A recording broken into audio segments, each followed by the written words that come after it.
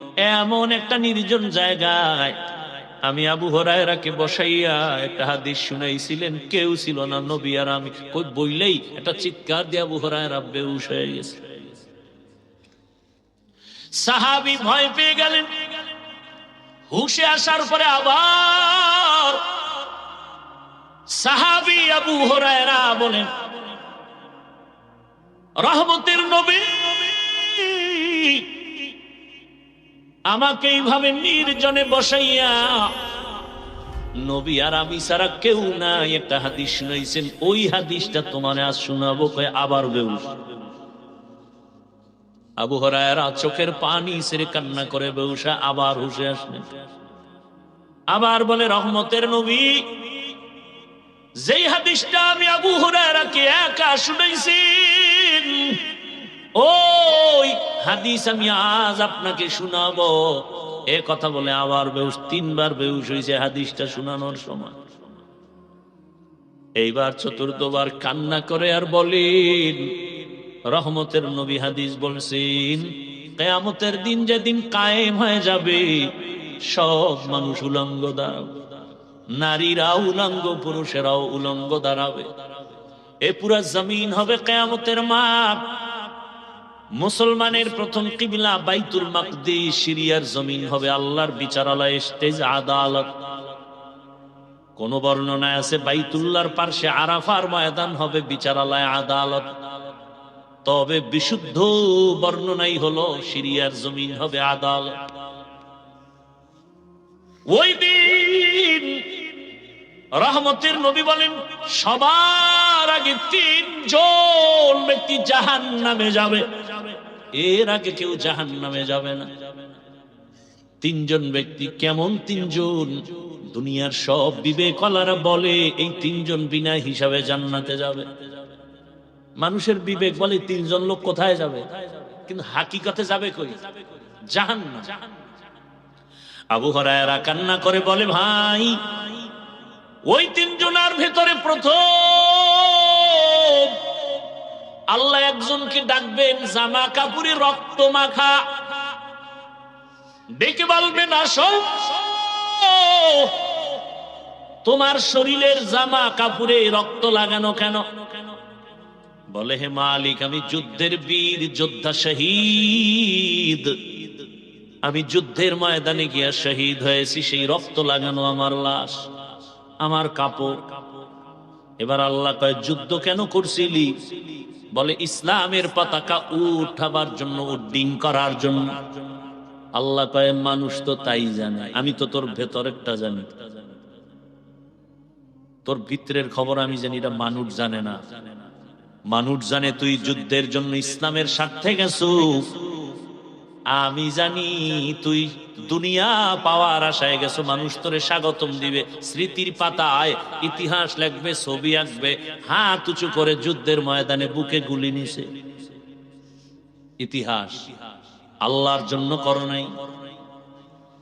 মানুষ তোমাকে বীর বাহাদুর বলবে, আল্লাহ বলবেন, এটা তো তুই দুনিয়ায় পেয়েছো, দুনিয়ারটা দুনিয়ায় পেয়েছো, আমার আদালতে কিচ্ছু নাই। আল্লাহ অর্ডার করবেন, জাহান্নামের ফেরেশতা, এরে ধর, জাহান্নামের শিকল লাগায় জাহান্নামে নিয়ে যাও। সহিহ হাদিস।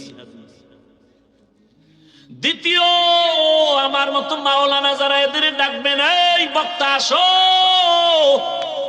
মাওলানা সাহেব আসো, মাদ্রাসায় অনেক ছাত্র পড়ছে, কিন্তু তোরে আমি আলেম বানাইছি, বল কোরআন হাদিসের এলেম দিয়া কি করছ?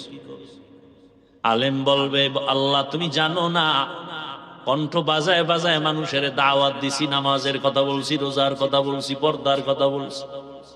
আল্লাহ কয়, মানুষ তো তাই জানে, আমি তোর ভেতরেরটা জানি। তোর নাম যদি পোস্টারে নিচে দিত, তোর মেজাজ গরম। নামটা যদি ছোট হয়ে যাইতো, মেজাজ গরম। নামের শুরুতে আল্লামা না লেখলে মেজাজ গরম। এটি কেউ জানে না। হাদিয়া যদি কমায় দিত, তোর মনে কষ্ট। তোরে মাওলানা না বললে মনে কষ্ট। আমি আল্লাহ জানি, এলাকার মানুষ জানি, ইমাম সাহেব বড় বুজুর্গ মানুষ, কিন্তু আমি আল্লাহ জানি তুই সারা রাত মোবাইলে জেনার গুনাহ করছো। আল্লাহ বলবে, জাহান্নামের ফেরেশতা, এই মাওলানাকে ধর, জাহান্নামের শিকল লাগাইয়া তাকে জাহান্নামে নিয়ে যাও। তৃতীয় ব্যক্তিরে ডাকবে, এই টাকাওয়ালা এদিকে। কত মানুষের ফকির বানাইছি, তোরে টাকাওয়ালা বানাইছি, টাকা কি করছো? কয় জানো না আল্লাহ, মাদ্রাসা করছি, মসজিদে দান করছি, রাস্তাঘাটে দান করছি। আল্লাহ কয় মানুষ তো তাই জানে, আমি তো তোর ভিতরেরটা জানি। দান করছো 5,000, চায়ের দোকানে চাপাবাজি করছো, পুরা মাদ্রাসা তুই করে দিছো। এরকম চাপাবাজ আছে না নাই? 20,000 টাকা দিছে, নাম কয় না। আর 1,000 টাকা একজনে দিয়া কয়, মাইকে যদি নাম না কয় টাকা ফেরত দিস। নাই ভাইরা আমার, সর্বশেষ আল্লাহ বলবে জাহান্নামের ফেরেশতাই দানবীরেরও শিকল লাগায় জাহান্নামে নাও। তাহলে গলা কাটার শহীদ মাওলানা, এগো অবস্থা যদি এমন হয়, আপনার উভয় কি আমার উভয়? চিন্তা করা দরকার আছে না নেই? ওমর বলেন, হাসিবু আনফুসাকুম ক্বাবলা আন তুহাসাবু। আসল হিসাবের আগে তোমার নিজের হিসাব নিজে মিলাও। মালিকের আদালতে দাঁড়াইয়া নতুন করে হিসাব মিলানোর টাইম হবে না রে বাবা। ওমরে ফারুক রাদিয়াল্লাহু তাআলা আনহু কত বড় সন্ত্রাসী, 27 বছরে নবীর কল্লা কাটতে গিয়া কালেমাওয়ালা হয়ে গেল। এরে নবীর আশিক, রহমতের নবী আমার কত দামি। রসুলের চেহারাটার দিকে খালি একবার তাকাইলে 1 সপ্তাহের ক্ষুধা নিবারণ হয়ে যেত। আরো আস্তে করে বলে, আর কিছুক্ষণ বয়ান শুনবেন না ধৈর্য হারাই ফেলতেছেন? আল্লাহ সবাইকে কবুল করে। ভাইরা আমার, রহমতের নবী আমার এমন আদর্শ উম্মতের কাছে রেখে গেছেন। নবী বলেন, আমি বিদায় নিলাম, কিয়ামত পর্যন্ত এই উম্মতের শান্তির পথ দেখাবে একমাত্র উলামায়ে কেরাম। নিঃস্বার্থভাবে দেখাবেন। দুনিয়াতে সব স্বার্থপর। আমার মালিক আপনাকে আমাকে এত দয়া করছেন, কোনো স্বার্থ নাই। আল্লাহ যদি স্বার্থপর হইতেন, আল্লাহর দেওয়া পানি বাতাস সব ভোগ করিয়া আমরা যারা আল্লাহরে মানি না, ঘুমের মধ্যে আমাদের মেরে ফেলতেন। বরং আল্লাহ মারেন নাই। করোনার মতো বিপদও আল্লাহ আমাকে বাঁচায় রাখছেন। আল্লাহ না মেরে বারবার ডাকে, আসো তওবার পথে আসো। একবার কবি ইয়া রব্বি গফিরলি, আল্লাহ মাফ করো, তোর গুনাহ মাফ। এমনকি এই ময়দানে যারা আসছেন, আল্লাহ পাক এই রকম একটা মজলিস আরশে আজিমের মধ্যে ফেরেশতার মাধ্যমে আল্লাহ মিলাইয়া বক্তা হিসাবে আল্লাহ বয়ান করেন, আমাদের প্রশংসা করেন। আর ফেরেশতাদের বলেন, এলেঙ্গার ওই কলেজ মাঠে যারা আসছে কোরআনের মহব্বতে, ঘোষণা দিয়ে দিলাম তাদের জীবনের সব গুনাহ মাফ। আতিনা ভি দারে দুনিয়া না হাসান, আতিনা ফি দারে উকবা না হাসান, ইয়া গিয়াসাল মুস্তাগীসিন ইহদিনা লফতিখারা বিল উলুমে ওয়াল গিনা। হর গোরি দেনে কো তু তৈয়ার হ্যায়, जो न मांगे उससे तू बेजार है। দুনিয়ার সবাই এই মোনাজাতটা দিয়েই দেবো, কিন্তু না আপনাদের যে জোর করে বয়ান শুনাবো এই দায়িত্ব তো আল্লাহ আমাকে দেয়নি। আমার ভাল লাগে না, তা আমার দরকার কি এত চিল্লা পাল্লা করার? আমি চলে যাই মোনাজাত দিয়ে। হ্যাঁ, এই যে বেরামি মানুষগুলো, মানুষের লজ্জা না থাকলে আর কি করা? ১,৫০০ বছর আগে রাসূল বলে গেছেন, লা ঈমান আলিমান লা হায়া আলা। যাদের লজ্জা নাই ওদের ঈমান নাই। এই ফাঁকে ফাঁকে জোতা লইয়া কই যে ভাগতেছে, মনে আগে হেদায়েত হয়ে গেছে। গিয়েই রাস্তায় দেখবেন বিড়ি টানতেছে। লজ্জা শরম নাই। আল্লাহ হেদায়েতের দৌলত দান করেন।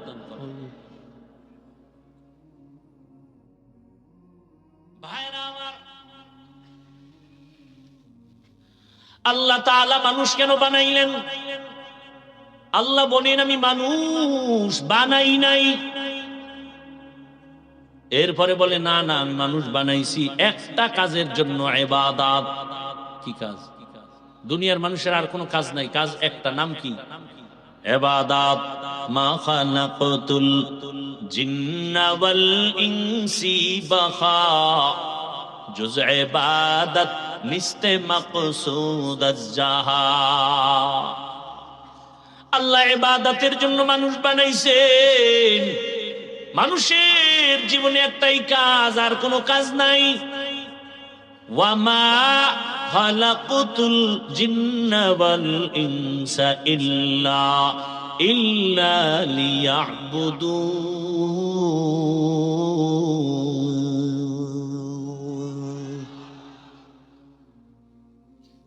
আল্লাহ তাআলা লিয়াবুদুনের ব্যাখ্যায় অনেক মুফাসসিরিনে কেরাম লিখছেন লিয়ারিফুন। আরাফা ইয়ারিফু থেকে মারিফত। আয়াতের তরজমা হলো আমি মানুষ বানাবার একমাত্র কারণ আমার মারিফত অর্জন করার জন্য। মারিফত মানে পরিচয় লাভ করা। কার পরিচয়? ইয়া ইলাহি মুঝসে মুঝকো দূর কর, তাকে দেখো मुझ में तुझको एक नजर, या इलाही तू मेरा माबूद है, या इलाही तू मेरा माशूक है। যারা কয় মারিফত বলতে কিছু নাই, এরা ভণ্ড। এরা কি? আরেক দল কয় মারিফতই আসল, শরীয়তের বেল নেই, এরাও ভণ্ড। আছেন এরকম কেউ? আউল বাউল ফাউল, কথা বলেন না কেন? বাউল শব্দের অর্থ কি জানেন? হ্যাঁ, বাউল শব্দের শাব্দিক অর্থ উন্মাদ, পাগল। বাউল শিল্পী লেখে সার্চ দিয়ে দেখবেন, লেখা আসবে যা যাবর জাতি। ওরা বোধহয় নামটা স্বপ্নে পাইছিল বাউল, এই জন্য সবটি পাগল হয়ে গেছে। কথা ঠিক না? যত পাগল যেখানে পাগলামি করুক, কিন্তু আমার আল্লাহ, আমার রসুল, আমার ইসলাম, আমার কোরআন হাদিস জীবনের মূল। জীবনের মূল কি? ইসলাম। এখানে যদি কেউ একটু বাঁকা কথা কয়, জীবনের এক বিন্দু রক্ত দিয়া হলেও এই বিষয়ে কাউকে ছাড় দেয়া হবে না। আমার বাবার সাথে মাঝে মাঝে তর্ক লাগে না? লাগে না? লাগে। কিন্তু বাবারে কেউ অপমান করবে, এটা কি সন্তান মেনে নিবে? যুবকরা মেনে নিবি? তোমার সামনে যদি কেউ তোমার বাবারে অপমানজনক কথা বলে, তুমি তো যদি বাবার আসলেই মহাব্বতের সন্তান হও, কলারটা ধরেই তুমি বলবাই বেয়াদব সাবধান, আমি আমার বাবার সাথে তর্ক যাই করি না কেন, আমার বাবারে ছোট করবি, চামড়া তুলে ফেলবো। কথা ঠিক? তাহলে এই কথাটাই তুমি অন্তরে ঢুকাও ইসলামের লাইনে। এখানে বহু আল্লাহর বান্দা নামাজ পড়ে না, ঠিক মতো পর্দা করে না, আছে না? কিন্তু আল্লাহকে তো ভালোবাসে। কি? যুবকদের বলি, যুবক ওয়াদা কর, কেউ যদি তোমার সামনে ইসলাম, কোরআন, হাদিস, উলামায়ে কেরাম যাদের মাধ্যমে আল্লাহ চিনলাম, কোরআন শিখলাম, কালেমা শিখলাম, সেই ওলামা, সেই আলেম, সেই কোরআন হাদিস, আল্লাহ রসুল নিয়ে কেউ বাজে কথা বলে, সাথে সাথে কলারটা ধরে ফেলনা, ধরে বলবা এই রাধুনির বাচ্চা। কি বলবা? রাধুনির বাচ্চা। এটা গালি না, শুনতে মনে হয় গালি, গালি না। রাধুনি তো সবার মা, আমার মাও রাধুনি, তোমার মাও রাধুনি। কি? তাহলে আমরা সে রাধুনি মায়ের সন্তান। তো কলারটা ধরে বলবে এই রাধুনির বাচ্চা। আমি নামাজ পড়ি না ঠিক, আমি দাঁড়িয়ে রাখতে পারি না, পর্দা করতে পারি না, কিন্তু আমার জীবনের মূল আলেম ওলামা, ইসলাম, কোরআন হাদিস, ওখানে যদি কিছু বলো তোর চামড়া তুলে ফেলা হবে। কে নিয়ত করা যায় না? ইসলামকে অপমান হতে দিবা না, এই মূল কথা এতটুকু। তুমি নামাজ পড়তে পারো না ঠিক মতো, তোমাকে বুঝাবো, গালি দিব না, কিন্তু ইসলামকে, কোরআন হাদিস, আলেম ওলামাকে কেউ যেন অপমান করার সুযোগ না পায়। এতটুকু আল্লাহর প্রতি ভালোবাসা নাই? থাকলে তো এত আন্দোলন করা লাগতো না আমাদের দেশ। জুলাই স্বাধীনের পরেও শান্তি নেই। কে আছে? তাহলে বোঝা গেল ওই স্বাধীন সফল হয়নি। তাহলে চূড়ান্ত ভাবে একটা সফল স্বাধীন আবার করতে হবে। যেই সফল স্বাধীন হলে আমার দেশের হিন্দুরা নিরাপদে চলবে, খ্রিস্টান নিরাপদে চলবে, ব্যবসায়ী নিরাপদে চলবে, আমার বোন আমার মা ইজ্জত নিয়ে চলবে, কেউ চোখ তুলতে পারবে না। সেই সফল স্বাধীন করার জন্য প্রস্তুতি গ্রহণ করো, সবাই মিলে সে স্বাধীন করতে হবে। আর সেই সফল স্বাধীন হবে একমাত্র ইসলামের স্বাধীন। কিসের স্বাধীন? ইসলামের স্বাধীন। ইসলাম যদি আমার দেশে বাস্তবায়ন হয়ে যায়, আমার দেশে কোনো মানুষ না খেয়ে থাকবে না, ডাস্টবিনে কেউ পচা খাবার খাবে না। ইসলাম আসলে সব গরিব ধনী হয়ে যাবে, সব চোরেরা ভালো হইয়া টাকার মালিক হয়ে যাবে, বাড়ির মালিক হয়ে যাবে, গাড়ির মালিক হয়ে যাবে। আমি চ্যালেঞ্জ দিয়ে বলছি, তুমি ইসলাম বুঝো না, এই আলোচনাগুলো হয় না, এই জন্য মানুষ মনে করে ইসলাম আইলে আমি বিড়ি টান্নেওয়ালার উপায় কি। পৃথিবীর একজন আলেম কুল শিরোমণি শাহ আতাউল্লাহ বুখারী বয়ান করতেছেন জান্নাতের বয়ান। মা তাশতাহি আনফুসুকুম, জান্নাতে গিয়া যা চাইবা তাই পাইবা। একজনে কয় বিড়ি পাওয়া যাইব নি? যেমন প্রশ্ন তেমন জবাব। হযরত বললেন, বিড়ি যদিও পাও, তবে আগুন আনতে তো জাহান্নামে যেতে হবে, জান্নাতে তো আগুন নেই। আর জাহান্নামে যদি বিড়ি ধরাইতে যাও, হেইনি জাকাত পুরে টের পাবি যে কত ধানে কত চাল। ইসলাম যদি আমার সোনার বাংলায় কায়েম হয়, চোরের টেনশন, আমি কেমনে চুরি করবো আর সংসার চালাম। ইসলাম যদি আমার দেশে আসে, বিড়িখোরের টেনশন, আমার বিড়ি টানার নেশার কি হবে? আছে না নাই? এই বিষয়গুলো হুদা ধান্দা করে, চিন্তা করে না, জবাব পায় না, এই জন্য বহুত পেরেশানি আছে। আচ্ছা, এই যে প্যান্ডেলটা, এটা সুন্দর না? ভালো না খারাপ? আচ্ছা, এই প্যান্ডেলে কি এমন কেউ আছে বিড়ি টান? এরকম কেউ নাই? আচ্ছা, এই ওয়াজে আসার পরে 2-3 ঘন্টায় কয়টা বিড়ি টানছে? কেন এখানে লাঠি লয়ে কেউ বই রয়েছে যে বিড়ি টানলেই ফিডা?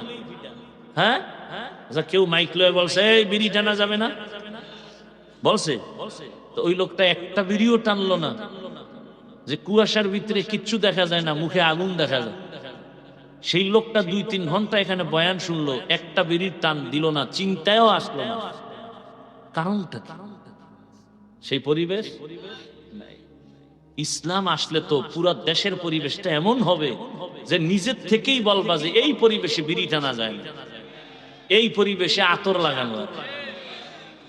চোর চুরি করে কেন? অভাবে।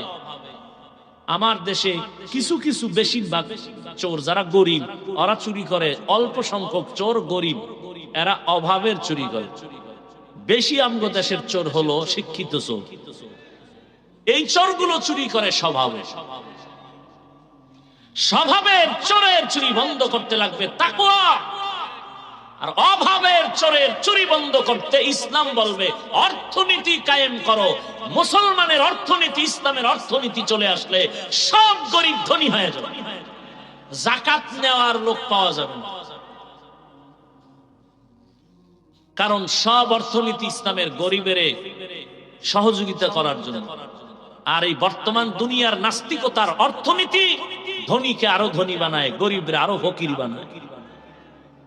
ব্যাংকে যাবেন যে আমারে 1 কোটি টাকা লোন দাও, কোন গরিব যদি দেয় দিবে?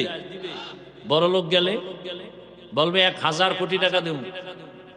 মানে তেলা মাথায় তেল, তেলা মাথায় তেল। তাহলে ইসলাম আসলে চোর যে অভাবে চুরি করে, সে অভাব থাকবে না, চুরি করবে কেন? আমরা বুঝি না যে ইসলাম কেমন শান্তি। হিন্দুরাও শান্তি পাবে ইসলাম আসলে, খ্রিস্টানরা শান্তি পাবে ইসলাম আসলে। সব মানুষ তার ইজ্জত নিয়ে নিরাপদে চলে, কোনো টেনশন নেই। আর ইসলাম ছাড়া কোনোদিন দুর্নীতি বন্ধ করা যাবে না, চুরি বন্ধ করা যাবে না। একদল কয় সো ইসলাম আসলে তো আত থাকবে না, কাটতে ভালোই সব। সৌদি আরব চোরের হাত কাটে, মানে হাতওয়ালা কোনো মানুষই নেই। কি সৌদি আরবের কোনো মানুষ নাই হাতওয়ালা? ফাও বয়ে বয়ে চিন্তা। মরাটারে মারো কেন? কয় লড়ে কেন? আল্লাহ হেদায়াত দান করুন। আল্লাহরে এত দুর্বল মনে করছেন? আল্লাহর কোরআন ইসলামকে এত দুর্বল ভাইবেন না। আল্লাহ দিছেন ইসলাম মানুষের কল্যাণে, তো কল্যাণই হবে। দেখেন আমগো দেশ তো ইসলামী আইনে চলে না, চলে, কিন্তু এরপরে আমরা যারা ইসলাম নিয়ে বেঁচে আছে, আমগো শান্তি আছে না নাই? আমগো সম্মান আছে না নাই? এটাই প্রমাণ, ইসলাম আছে শান্তি আছে, ইসলাম নাই সেখানে শান্তি নেই। নাকি ওই পশুর মতো বিক্রি হবেন ভোটের আগের রাত্রে? আল্লাহ হেদায়াত দান করুন। ওয়ামা খালাকতুল জিন্না ওয়াল ইনসা ইল্লা লিয়াবুদুন। আল্লাহ তাআলা বলেন ইবাদতের জন্য আমি মানুষ বানিয়েছি, আর কোনো কাজ নাই, মানুষের একমাত্র কাজ হলো ইবাদত। এবার আমি সংক্ষেপে বলছি ইবাদত কি এবং কেন এবং কিভাবে করব। মানুষের জীবনের প্রতিটি ক্ষেত্রে আল্লাহর হুকুমকে বাস্তবায়ন করার নাম ইবাদত। আল্লাহর হুকুম বাস্তবায়ন করো, এর নাম ইবাদত। কেন করব ইবাদত? বলে যে আল্লাহর দেওয়া সূর্যের আলো নিতেছি, বাতাস নিতেছি, যে আল্লাহর দেওয়া মোহাব্বতের কণ্ঠ দিয়ে কথা বলতেছি। আমার জবানের কথা এত সুন্দর, যিনি আমার এত সুন্দর কণ্ঠ দিছেন তিনি আরো কত সুন্দর। কথা বলেন না কেন? তার একটু দেখতে মনে চায় না? হ্যাঁ, তো ইবাদত করো। আল্লাহ কয় ইবাদত করবি, আমার সাথে হবে মোলাকাত, আমি পুরস্কার দিব তোরে জান্নাত। আতিনা ফি দারে দুনিয়া না হাসান, আতিনা ফি দারে উকবা না হাসান, ইয়া গিয়াসাল মুস্তাগীসিন ইহদিনা লাফতিখারা বিল উলুমে ওয়াল গিনা।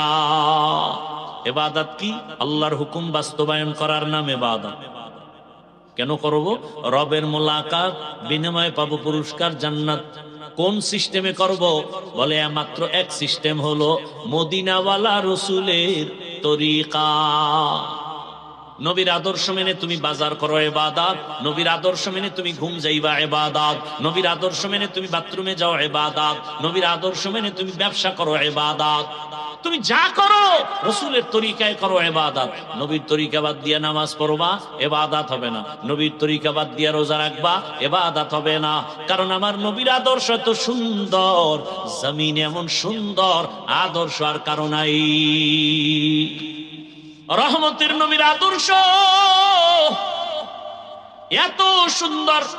ও আমার কলিজার যুবক, কয়দিন আর দুনিয়াতে বাহাদুরি করবা? ও আমার পর্দার আড়ালের মা বোনেরা, আমি শুরুতেও বলেছিলাম, এই যে এতক্ষণ আপনাদের বয়ান শুনাইতেছি, একবারও কিন্তু বলি নাই যে সবাই তাবলিগে যেতেই হবে। বলছি? আমি একবারও বলি নাই মাদ্রাসায় পড়তেই হবে, পীরের কাছে যেতেই হবে।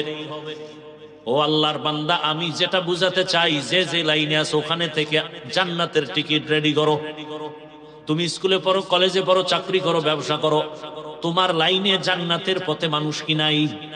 আমার কলিজার যুবকদের বলবো, আমার দেশে মাওলানা মুফতি মুহাদ্দিসের অভাব নাই। আমার দেশে বড় অভাব আদর্শবান ডাক্তার নাই, আদর্শবান ইঞ্জিনিয়ারের অভাব, আদর্শবান প্রফেসরের অভাব, আদর্শবান ওসি ডিসিএসপির বড় অভাব। আজ আমার দেশের জেলা থানা সব জায়গার chairman, member, OC, DC SP, army, police, BDR যদি 5 ওয়াক্ত নামাজি হতো, আমার সমাজে বয়ান চলতো ঘরে ঘরে, কোনো সুদখোর থেকে অনুমতি নেওয়া লাগতো না। এরে আমার যুবক, দোয়া করে গেলাম, তুমি ওসি হও, এসপি হও, ডিসি হও, ডাক্তার হও, প্রফেসর হও, চেয়ারম্যান, মেম্বার, এমপি হও, তবে ছোট একটা দাবি, বেয়াদব হইবা না, সাবধান। বলবা হাফিজ ভাই ডাক্তার হব, বেয়াদব হব না, ইঞ্জিনিয়ার হব, বেয়াদব হব না। তার ব্যাখ্যা কি? তার সংক্ষেপ ব্যাখ্যা, 3 জায়গা থেকে বরদোয়া নিবা না, জীবন সফল। যদি বরদোয়া আসে, খোদার কসম মরার আগে পঙ্গু হয়ে যাবে। কয় জায়গা? 1 নম্বরে মা বাবা। মা বাবায় যদি তোমার উপরে কষ্ট পাইয়া আহ শব্দ বলে, ধ্বংস শুরু হয়ে যাবে। 2 হলো শিক্ষক। তোমার আমার শিক্ষক কিন্তু তোমার আমারে আসল মানুষ বানাইছেন।